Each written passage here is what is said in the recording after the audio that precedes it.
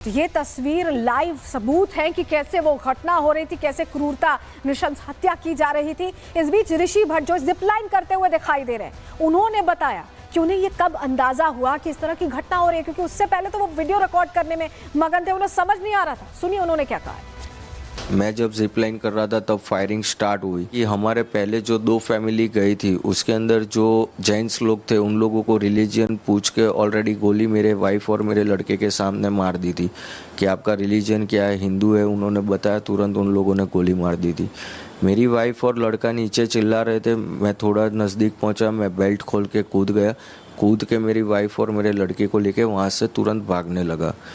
Around 4 से 5 बार गोलियां चल गई। तब 20 सेकंड तक तो मुझे मालूम नहीं था, मैं मेरी मस्ती में जिप लाइन के अंदर था। इंडियन आर्मी इसमें आपको बताऊं तो अराउंड 20 to 25 मिनट्स के अंदर उन लोगों ने पूरा पहलगाम कवर कर लिया था। पहले तो हम पूरा डरे हुए थे, बट जब आर्मीज आई और उन्होंने हमको कवर कर लिया, फिर हम थोड़ा सेफ फील करने लगे, क्योंकि वो लोगों ने, हम जितने डरे हुए थे उससे बहुत अच्छी तरह उन लोगों ने हमको संभाला।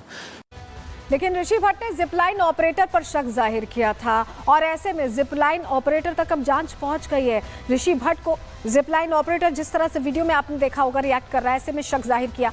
धार्मिक नारे के बाद गोलीबारी होने का दावा ऋषि भट्ट ने किया है। वीडियो वायरल होने के बाद एजेंसियों को शक होना शुरू हुआ और ऐसे में जिपलाइन ऑपरेटर को पूछताछ के लिए बाकायदा बुलाया। उससे भी पूछताछ हुई है। हमले में जिपलाइन ऑपरेटर की भूमिका संदिग्ध लग रही है। वीडियो में कम से कम ऐसा ही दिखाई दे रहा है। ऑपरेटर के नारे लगाने के बाद ही फायरिंग शुरू हो गई और इसके बावजूद भी आतंकियों को देखकर भी ऑपरेटर ने ऋषि भट्ट को जाने दिया। ऐसे में सवाल ये उठता है कि क्या ऑपरेटर को आतंकी हमले का पता था, क्योंकि कम से कम उसकी बॉडी लैंग्वेज यही कह रही है। और आपको जरा तस्वीर दिखाते हैं। जिपलाइन ऑपरेटर से अब पूछताछ की है एनआईए, क्योंकि पूरे मामले की जांच कर रही है। तस्वीर भी देख लीजिए, ये वही जिपलाइन ऑपरेटर है जिसने ऋषि भट्ट के साथ वो वीडियो जिसमें दिखाई दे रहा है, और अब उसे भी पूछताछ के लिए बुलाया गया। ये कुछ देर पहले की तस्वीरें हैं जब पूछताछ के लिए बुलाया गया और बहुत सारे लोग हैं जिनसे जो संदिग्ध हैं, जिन पर शक जाहिर किया जा रहा है, जिन पर लिंक हो सकता है उनका इस घटना से,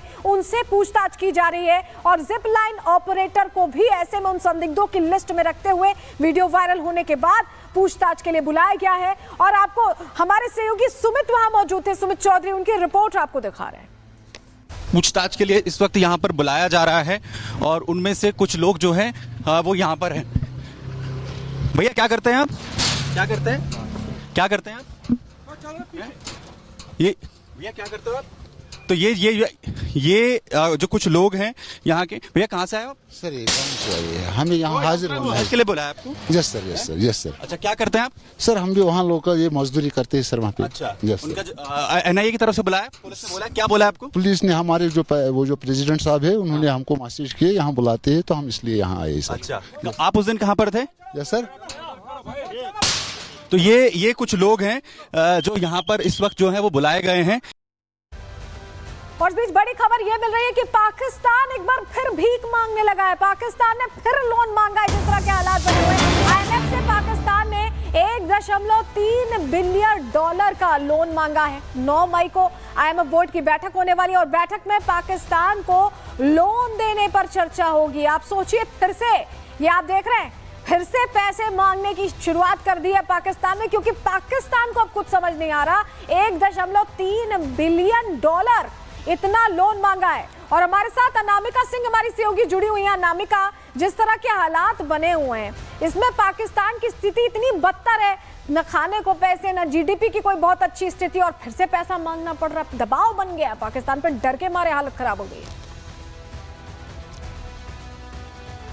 और ऊपर से तुर्रा ये कि पाकिस्तान की ओर से जो धमकी दी जा रही है, परमाणु बम की दी जा रही है। जरा सोचे कि वो पाकिस्तान जो कंगलिस्तान के नाम से दुनिया भर में मशहूर है, वो पाकिस्तान जिसका अब तक का रिकॉर्ड रहा है भीख मांगने को लेकर के, वो पाकिस्तान युद्ध लड़ने की बातें करता है, किधर भपकिया देता है और कहता है कि दरअसल हमारे जो परमाणु बम में सजा के रखने के लिए नहीं बने हुए हैं। लेकिन पूरी दुनिया ये जानती है और कि पाकिस्तान आतंक की खेती करता है, अपनी तैयार फसलों को यहाँ पे आतंक फैलाने के लिए भेजता है। और यही वजह कि जब पहलगाम में हुई घटना सबके सामने आई तो कई देशों ने समर्थन किया भारत का, और साथ साथ साथ आश्वासन भी दिया कि वो भारत के साथ खड़े हैं, क्योंकि वो भी ये बात जानते हैं कि जो कंगाल पाकिस्तान है उसके पास भीख के कटोरे के अलावा कुछ भी नहीं है, सिर्फ और सिर्फ आतंक की फसल है जिसके जरिए वो पूरी दुनिया में दहशत करने का काम करता है।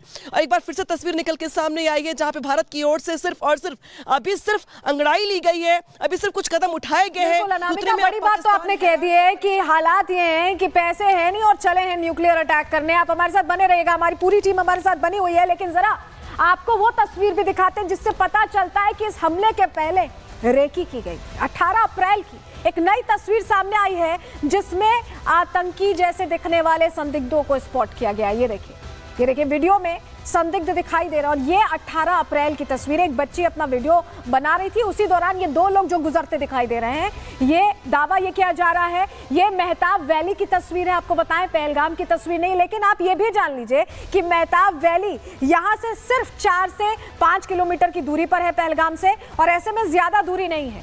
और यहाँ पर ये वीडियो जो दिख रहा है ये मेहताब वैली का है, पहलगाम का नहीं, लेकिन 4 से 5 किलोमीटर की दूरी पर ही ये पहलगाम है। आप समझिए, तो इस तरह के हालात बन रहे हैं और इस बीच बयानबाजियां भी हो रही हैं। ताजा बयान किसका है, सुनिए।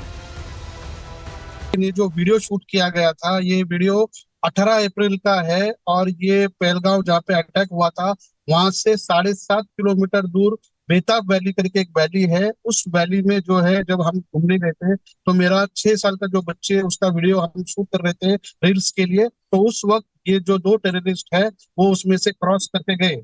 और जब 22 तारीख को अटैक हो गया उस टाइम मैं श्रीनगर में था, और श्रीनगर से जब मैं पुनः वापस आ गया तो उस टाइम जो है सिक्योरिटी एजेंसीज ने ये चारों जो टेररिस्ट है इनका जो है वीडियो सोशल मीडिया और इसमें पब्लिश किया था। तो हमको लगा कि यार इसमें से 2 जो फेस है बहुत करीबी से हमने इनको कहाँ को देखा है।